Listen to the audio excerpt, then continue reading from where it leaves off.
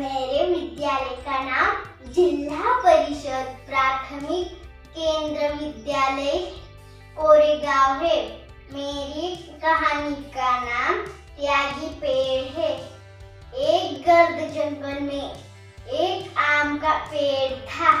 उस जंगल के पास ही एक छोटा सा गांव था।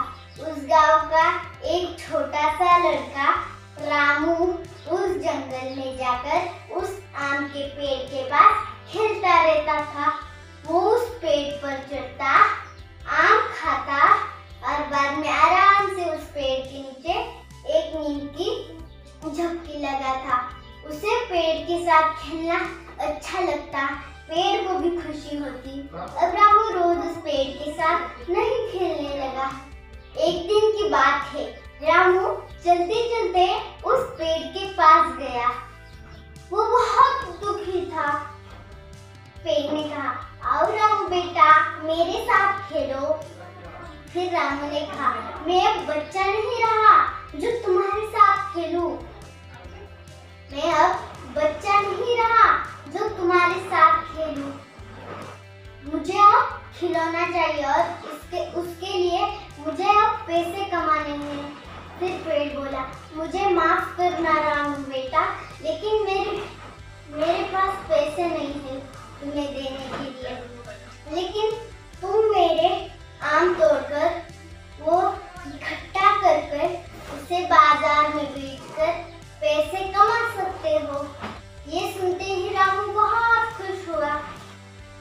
फिर रामू ने उस पेड़ के आम तोड़े और उसे इकट्ठा किया और वो वहां से चला गया। फिर उसके बाद रामू उस पेड़ के पास नहीं आया। कुछ साल की बात है।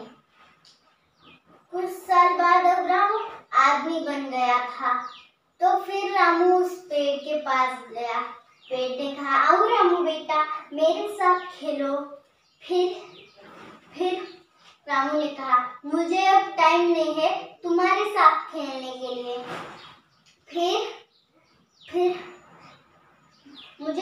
रामू ने कहा, मुझे अब टाइम नहीं है तुम्हारे साथ खेलने के लिए। मुझे अब मेरे परिवार के लिए काम करना है। मुझे अब मेरे परिवार के लिए एक घर बनाना है।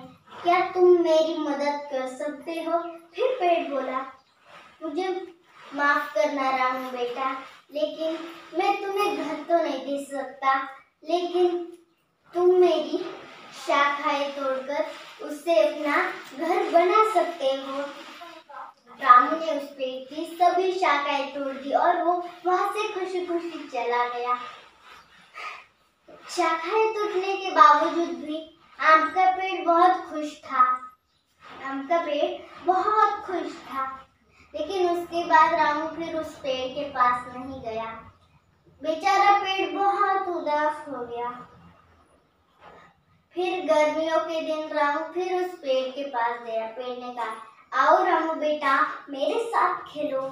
फिर रामू ने कहा, नहीं, मैं अब बूढ़ा हो गया हूँ, इसलिए मुझे अब आराम करना है, इसलिए मुझे अब नौकायन जाना है। क्या तुम मुझे बोट दे सकते हो? फिर पेड़ बोला, तुम मेरी तना काट कर उससे बोट बना सकती हो। फिर रामू